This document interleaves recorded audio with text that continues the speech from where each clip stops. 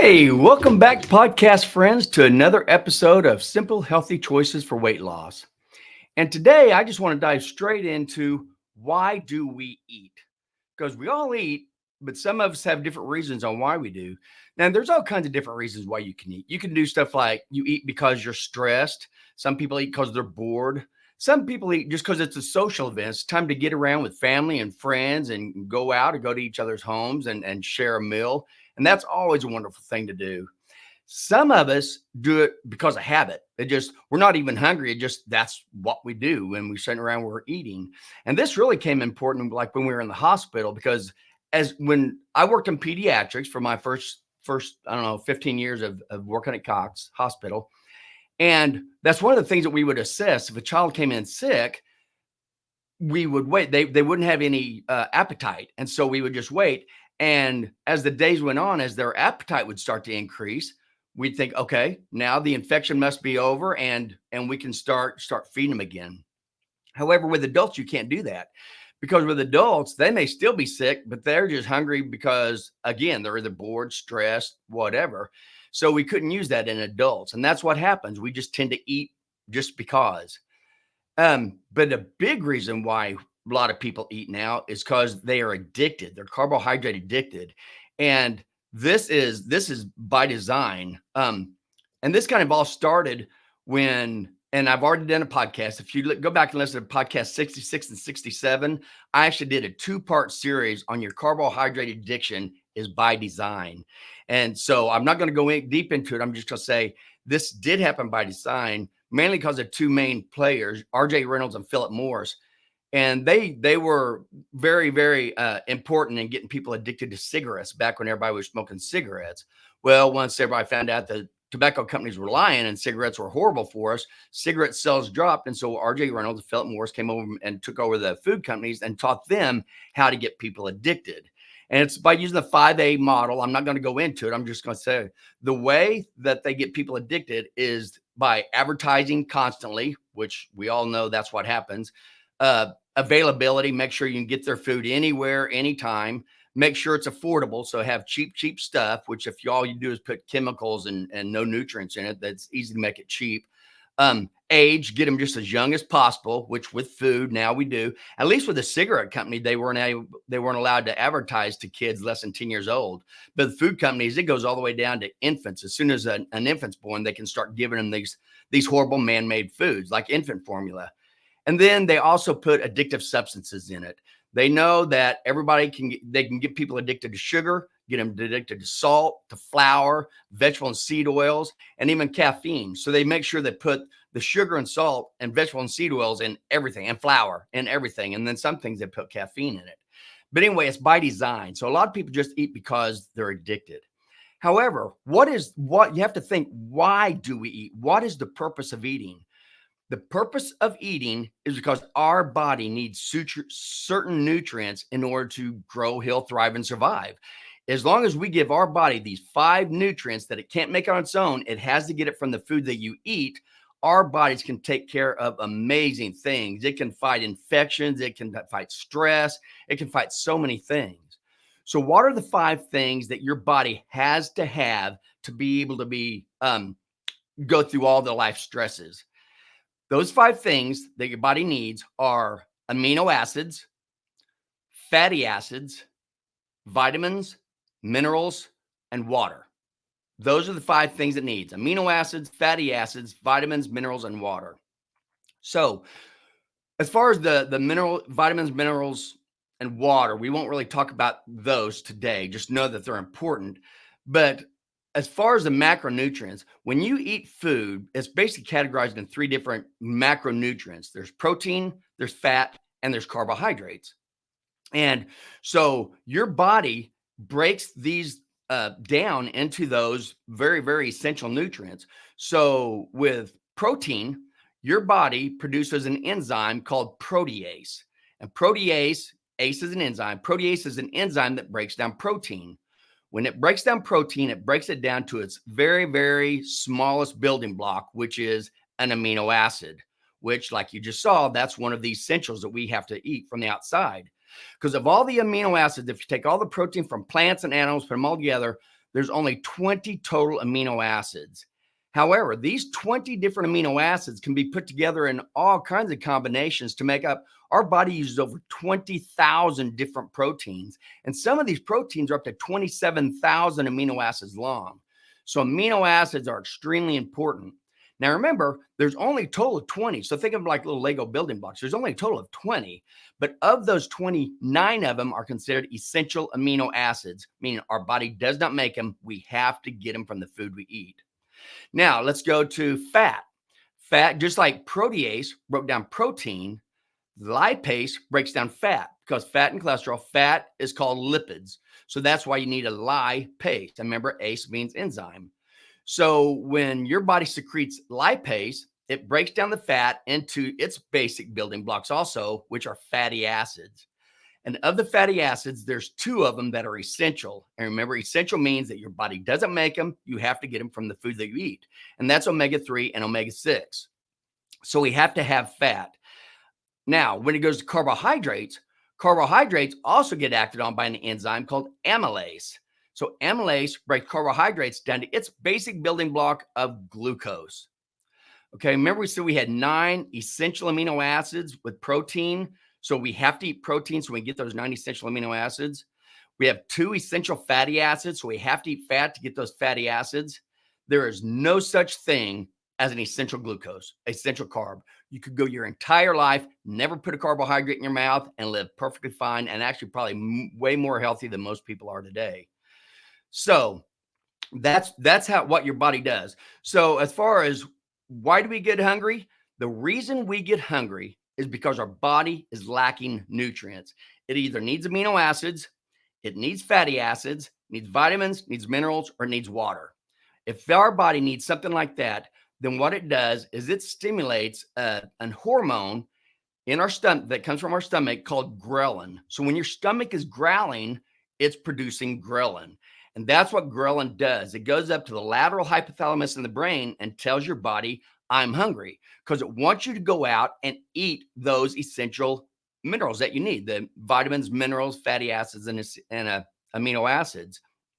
So, and again, I'm not going to go real deep into that because I've already done a podcast on this also. Podcast number 20 is called What Makes You Hungry and Not Hungry. So that's why we eat. So what happens after we eat? So now you have that hunger feeling. So now you eat something. What happens to it then? Well, that really totally depends on what did you eat. So let's just take protein and fat now. So just for ease, when I talk about protein and fat, just picture a great big ribeye steak, a big fatty marbled wonderful ribeye steak. We'll talk about that because that has your protein and it has your fat. So the first thing that happens when you put protein and fat in your mouth, this ribeye steak, you start chewing it. Okay, that's the first part of digestion. You start chewing it all up and you're just breaking it down to smaller bites, just like if you had a big block of ice and then you had the same amount of ice, but it's all crushed ice. Which one melts first? The crushed ice is going to melt quicker because there's a lot of surface area, so it's easier for it to melt. That's what your food does. You want to chew that up really, really good so it helps with the digestion. Then once you eat that, once that food gets the steak gets down to your stomach, it stays there for a long time. So now you've got the enzymes or the acid in your stomach that's breaking that down. And if you have a meal of protein and fat, if you have a meal like a ribeye steak, that could stay in your stomach for anywhere up to 2 to 4 hours, just stay in your stomach because it takes a lot of energy, a lot of acid to break that all down. But what's even better is once you do this, it gets down into your intestines. Now, again, a big steak, a lot of protein and fat, those stay in your intestines for long periods of time. They could stay in there. This fat or protein fat could stay in there for like 12 to 48 hours in your intestines, depending on how much you ate. And this is very, very important because the other thing that happens is as soon as the food starts coming out of your stomach, it goes into the first part of your small intestine. The first part of your small intestine, there are enzymes that are secreted from your pancreas that breaks these down. So remember we talked about protease breaks down protein and lipase breaks down fat.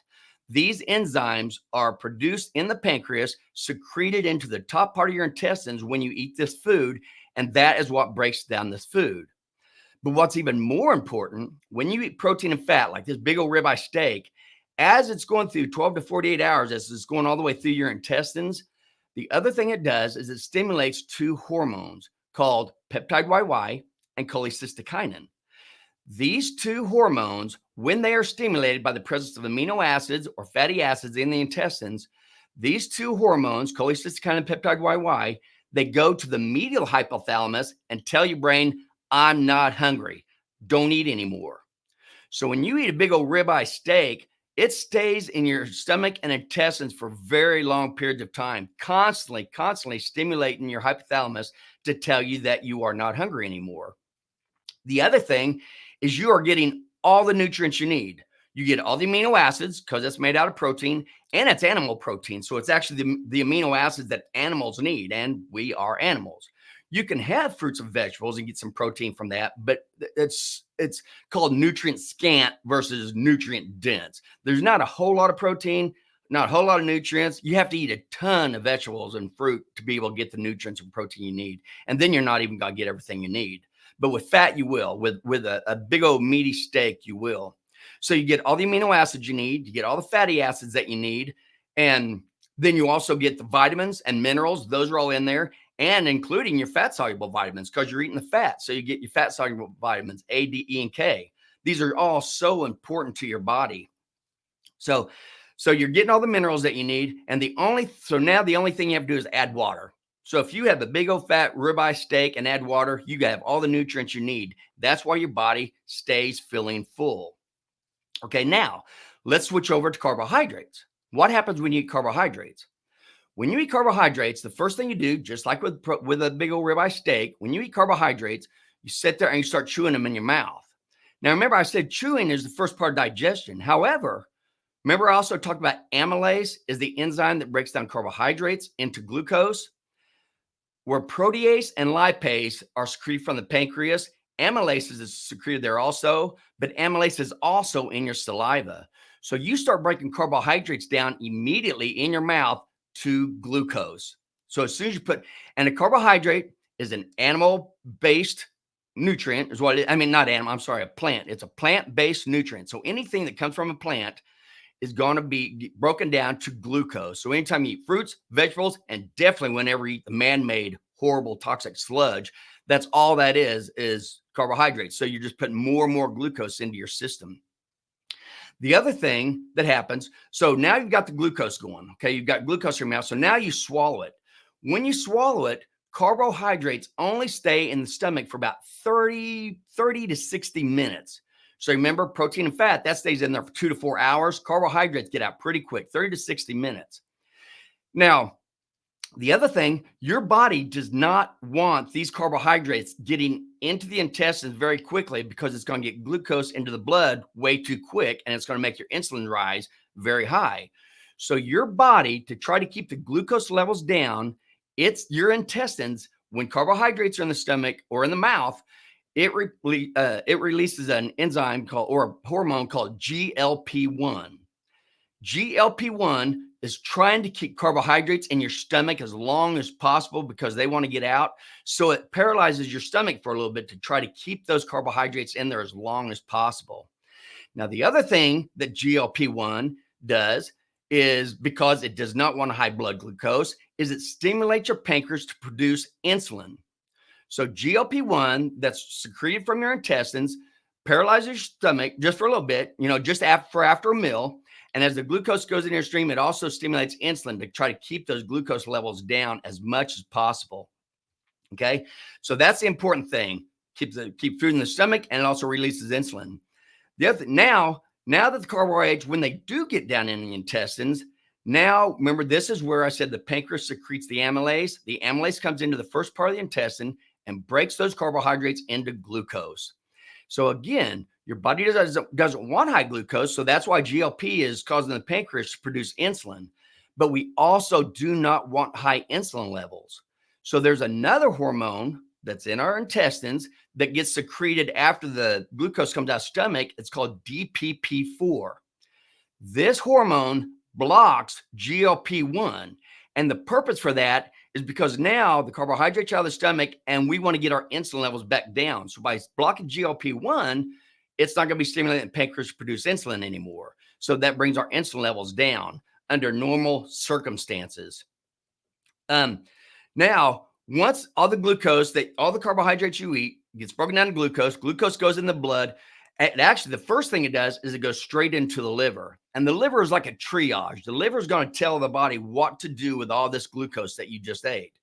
So the first thing that your body is going to do is if you eat a meal and then you have activity, whether it's walking around the block, playing football, playing basketball, whatever, if you do something right after you eat a meal, your body will use that glucose that you just ate to help with energy for that energy that you need right then. However, a lot of people after they eat, they sit or they lie down, but they don't do any activity. So when that happens, the glucose doesn't go to energy. So now you have even more glucose available in the blood or in the liver. The second thing that the liver does to triage this glucose is it goes through, you have little glycogen stores. That's how you store glucose in your body. So it takes all these glucose molecules, makes them into like a little glucose brick called glycogen, and then stores it. But it's only stored in 10% of your liver. There's not very much there. That's why this energy, and I've already talked about this in other podcasts, but this glycogen is supposed to be for a fight or flight energy, and that's all. Now, remember, fat gets turned into energy, but we have subcutaneous fat cells all over our body because we're supposed to be using fat as our constant energy source and only using glucose for our fight or flight. But that's all changed since our dietary guidelines came out in 1977. And we'll talk about that.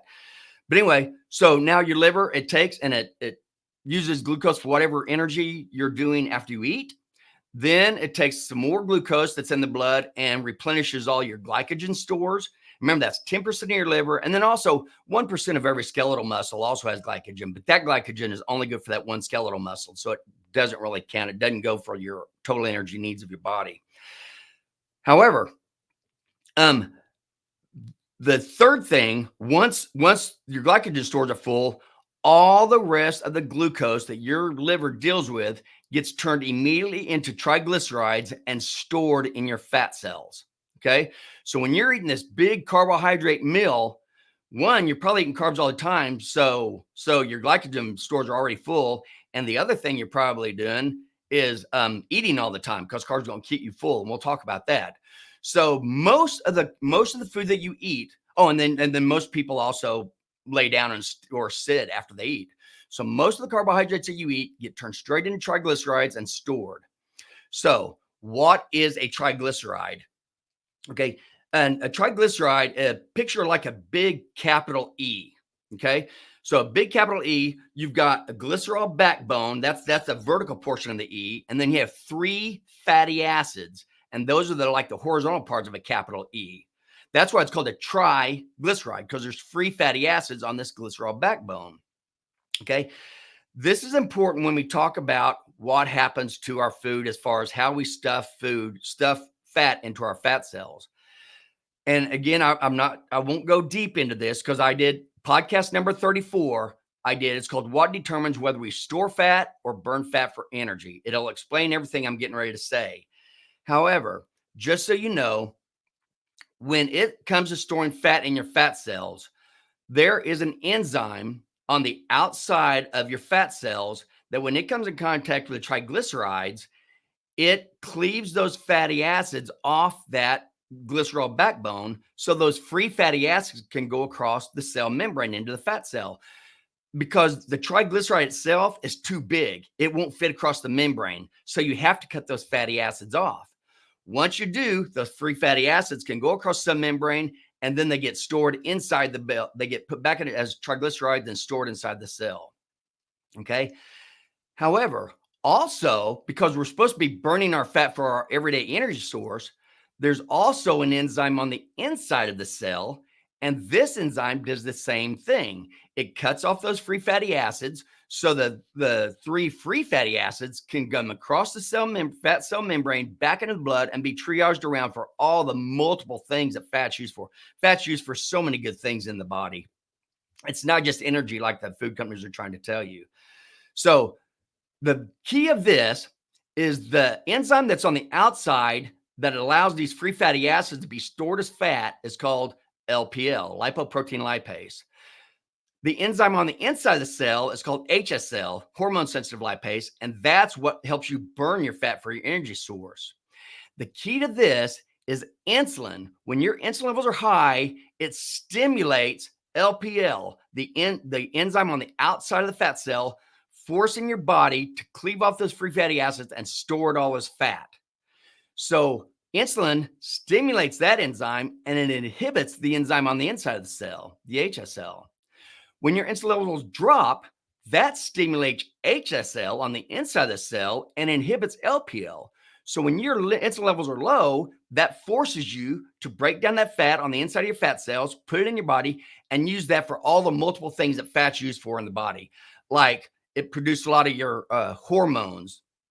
Fat is every single cell in your body is surrounded by fat. It helps with thermoregulation. It helps with well, as you already know, it helps with energy also, but there's so many different things that these fatty acids do. So that's what happens. So basically what I just said is when you keep your insulin levels high, you force your body to store fat. When you let your insulin levels drop, you force your body to burn your own fat for your energy source. So now let's look at what keeps our insulin levels high all the time, because that's exactly what's happening. Because right now, with the type of food that most people eat, their insulin levels stay high, which means they're constantly stimulating LPL, which means they're constantly putting fat into the fat cells. They're constantly inhibiting HSL, so it makes it where they cannot burn their own fat, and therefore people get more and more and more obese. So that brings us to why people are doing this, and that's because of our food companies. We've already talked to you about the 5A model for addiction that R.J. Reynolds and Philip Morris taught our food companies. What happens when you eat food from food companies? I'm talking everything in a box, bottle, bag, can, all the ultra-processed carbs. Ultra-processed food means they grind all these plants, okay, because carbohydrates plants, they grind this all down basically to a powder, and that's powdered glucose. So anything made out of flour is glucose. And that's what food companies put in everything. They put ultra-processed carbs, which is flour. They put sugar and high fructose corn syrup in everything, vegetable and seed oils in everything. And when you do this, this keeps you hungry all the time. It keeps insulin levels, because there's no nutrients in it. It keeps your insulin levels high the whole time. And so you're constantly storing fat. So you're making glucose and you're storing it in as fat. The other reason you're hungry all the time is because there's no nutrients in it. Remember, the whole reason you eat is because you want to get nutrients. The food company nutrients, they don't have any nutrients. And that's why they like to say fortified with vitamins and minerals. The reason why they say that is because during the process, they take all the healthy stuff out of food. All you have is that ultra-processed carbs, sugar and high fructose corn syrup, and vegetable and seed oils in everything. Same thing with infant formulas. They do it to the infant formulas also. Look, some of our infant formulas have up to 55% high fructose corn syrup. It is appalling. So that's why we're hungry all the time. There's no nutrients at all. It's all carbohydrates. And that's why, if you wonder why they're telling you that meat is bad and fat is bad, it's because their food can't have real meat and real fat in it because it goes bad. It won't stay on the shelf. That's a good thing. So they make all their food where it can stay on the shelf. Well, that's why it's all chemical based and there's no nutrients to it at all. So, but remember, protein and fat, those do keep you full because they stimulate, they stay in your stomach for 2 to 4 hours. Then they get in your intestines, stay in there for up to 24, 48 hours. And the whole time they're in your intestines, they're constantly stimulating peptide YY and cholecystokinin. And when you eat that doesn't stimulate insulin levels at all, which is the other thing. When you eat carbohydrates, you have a huge insulin surge in your blood to try to get those carbohydrates out. When you eat fat, you have just a tiny little insulin surge. And when you eat fat, you don't get any insulin at all. So when you eat a meal like a big old ribeye steak with just protein and fat, you don't have hardly any increase in insulin, which means you're keeping your insulin levels low, which means you're able to burn your fat out of the fat cells because now you're stimulating HSL on the inside of this fat cell and you're inhibiting LPL on the outside of the cell. So that's why That's what makes you stay full. The other thing is there's a hormone called leptin. When you eat, okay, when you start stuffing your fat cells, when your fat cells get full, normally, this is before everybody gets addicted. This way God made us from the beginning. When our fat cells get full, it releases a substance, a hormone called leptin. Leptin, just like peptide YY and cholecystokinin, leptin goes up to the medial hypothalamus of the brain and tells your brain, I'm not hungry, stop eating. So there's all kinds of different ways that our body, God has made our body to be able to stay feeling full when we eat protein and meat. It stays in the stomach longer, stays in the intestine longer, stimulates your intestinal hormones, peptide YY and cholecystokinin. And then when it goes across into your your fat cells get stimulated, then you also produce leptin. However, when you eat man-made food, this ruins all that. Because what you do with that is when you eat man-made food, you're eating nothing but glucose. So there's no nutrients in it. You keep your insulin levels high. So when you keep your insulin levels high, you're hungry all the time. And that's the other thing. When you eat glucose and your insulin levels go high, that blocks leptin. They found out that just the fact that you eat carbohydrates, even though your body is trying to secrete leptin to make you feel full, insulin blocks that. So when you eat carbohydrates, that's another reason why you're hungry all the time, because carbohydrates do not stay in the stomach very long, do not stay in the intestines very long. They don't stimulate any kind of a satiety hormone, and they keep your insulin levels high. So carbohydrates will always make you hungry all the time. Okay. So now we have our constant hunger, and now we have leptin resistance. Because the other thing that I've also found remember we were talking about the leptin. Leptin is what gets secreted when the fat cells get full. What they have found is that when people eat all the time and they continuously stuff their fat cells with all this fat by keeping their insulin levels high, they produce a lot of leptin. So when they produce too much leptin, our medial hypothalamus actually becomes resistant to leptin. It doesn't want a high thing. Just like if you keep your insulin levels high constantly, you get insulin resistance. You keep leptin levels high all the time, you get leptin resistance. And then there's another thing that also happens to us is because we're addicted. There's the place in our brain, it's called the nucleus accumbens, and this is our pleasure center of our brain. So this is the other thing. They found that carbohydrate, that glucose, stimulates the nucleus accumbens in the same way something like cocaine does, where at first it may take a little bit to get that feeling that you want, but as you keep eating it over and over and over, the more glucose you have, the more resistant the nucleus accumbens comes. So just by eating glucose all the time, you're actually causing resistance in your pleasure center. And I've talked all about this also in episode number 10, why are we addicted to sugar? But so there's so many reasons why carbohydrates make you hungry all the time. And there's so many reasons why protein and fat keep you feeling full all the time. So that's the key. You don't want leptin resistance. You don't want nucleus accumbens resistance. And you definitely don't want insulin resistance, because insulin resistance is type 2 diabetes. They tell people that type 2 diabetes is because of high blood sugar, but that's only a symptom. That's a symptom of diabetes. The root cause is having insulin resistance. Your insulin doesn't triage your glucose like it used to. And so the glucose just builds up. You just keep eating it and eating it and eating it until your whole system gets broken down. So what is the key to feeling full? The key to feeling full is eat a meal that has a lot of protein and a lot of fat, and preferably animal protein, because you're going to get all the amino acids that your body needs. You're going to get a lot of it because it's very nutrient dense. And you're going to also be getting the fat. That's good, which also has your omega-3s in it, which is very, very good for you. All your vitamins, all your minerals. So eat the things that are going to keep you feeling full. Protein and fat stays in your stomach, stays in your intestines, secretes or causes peptide YY and cholecystokinin to be secreted. And it keeps your insulin levels low, so you don't have to worry about blocking your leptin. Okay.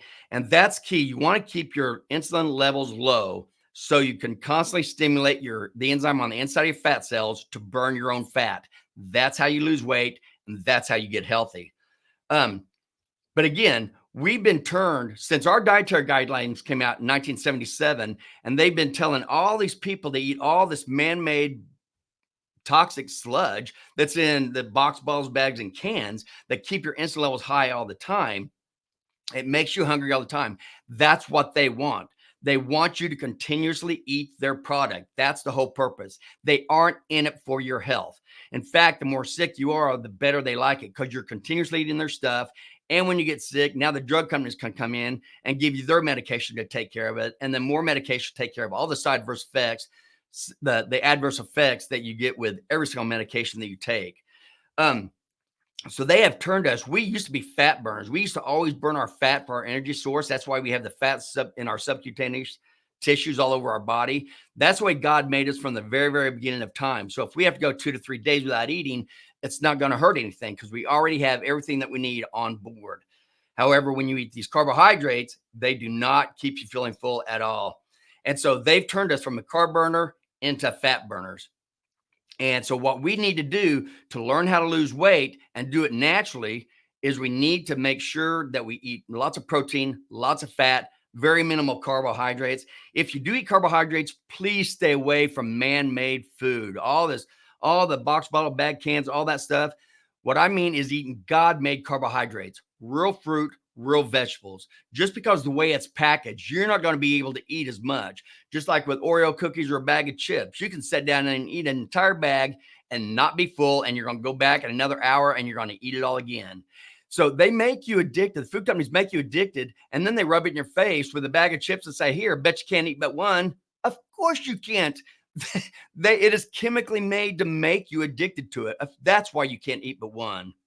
So what you need to do, eat real protein, real fat, God-made carbohydrates if you want to, but you don't need very much of them. Just use them like a condiment. They're not going to kill you if you eat a little bit, but you don't need very much of them either, because again, there's still carbohydrates. They're still going to be turned into glucose, and they're still going to raise your insulin levels. So that's why food companies want to keep you hungry. And that's why you need to stay away from that kind of food and just eat the God-made food, real protein, real fat.